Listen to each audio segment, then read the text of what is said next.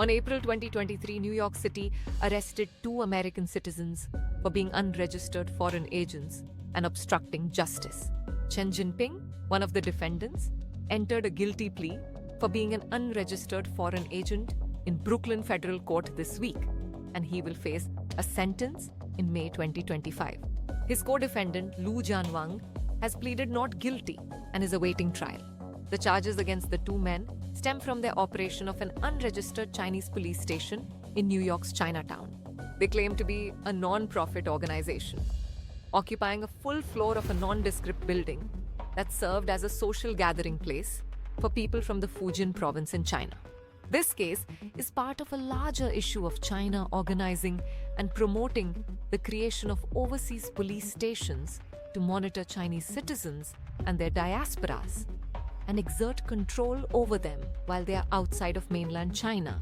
In 2022, Safeguard Defenders, an advocacy group based in Spain, reported that China had established service stations in 102 locations worldwide, including New York. China acknowledges the existence of these service stations and asserts that volunteers, not government officials, operate them to assist Chinese citizens in renewing documents and driver licenses, among other services. China ignores the fact that consulate offices in various cities typically provide these services. This is evidently a flimsy facade of the location's purpose.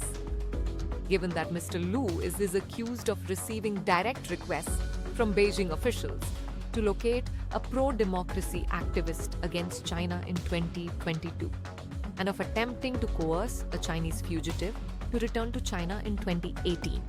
These are the services that Safeguard Defenders were reporting on, and these locations were serving as extensions of the Chinese police. The US and Canada have been the most aggressive in shutting down these locations, but there are reportedly 102 such stations in 53 countries, including Europe, with 11 of them located in Italy.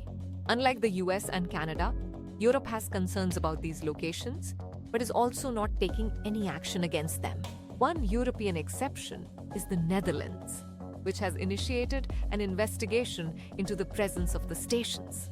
The goal of these stations, according to Safeguard Defenders, is to pressure expats to return to China for punishment, a practice that is illegal in most Western countries. However, what is more concerning is the use of these service centers to intimidate Chinese citizens abroad and the Chinese diaspora, preventing them from speaking out against the Chinese Communist Party while abroad.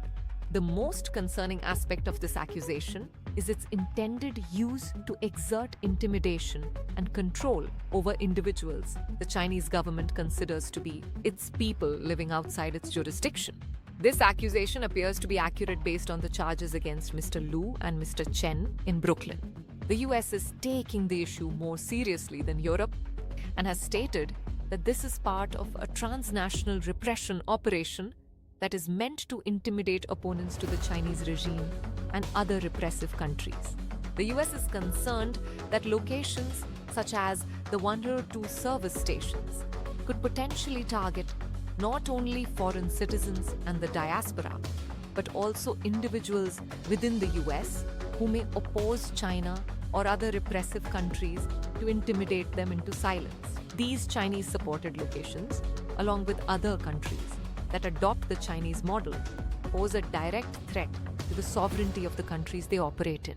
This is due to the Chinese government's attempts to circumvent national laws by using intimidation, disguised as a foreign law, to exert control over individuals who reside outside its jurisdiction. The Chinese government is exploiting the permissive laws of the EU and its member states to allow a foreign country to subvert their sovereignty, thereby posing security risks. The lack of concern by Europe over this issue is more egregious, considering they consider China a European security risk due to their support for Russia in its war against Ukraine.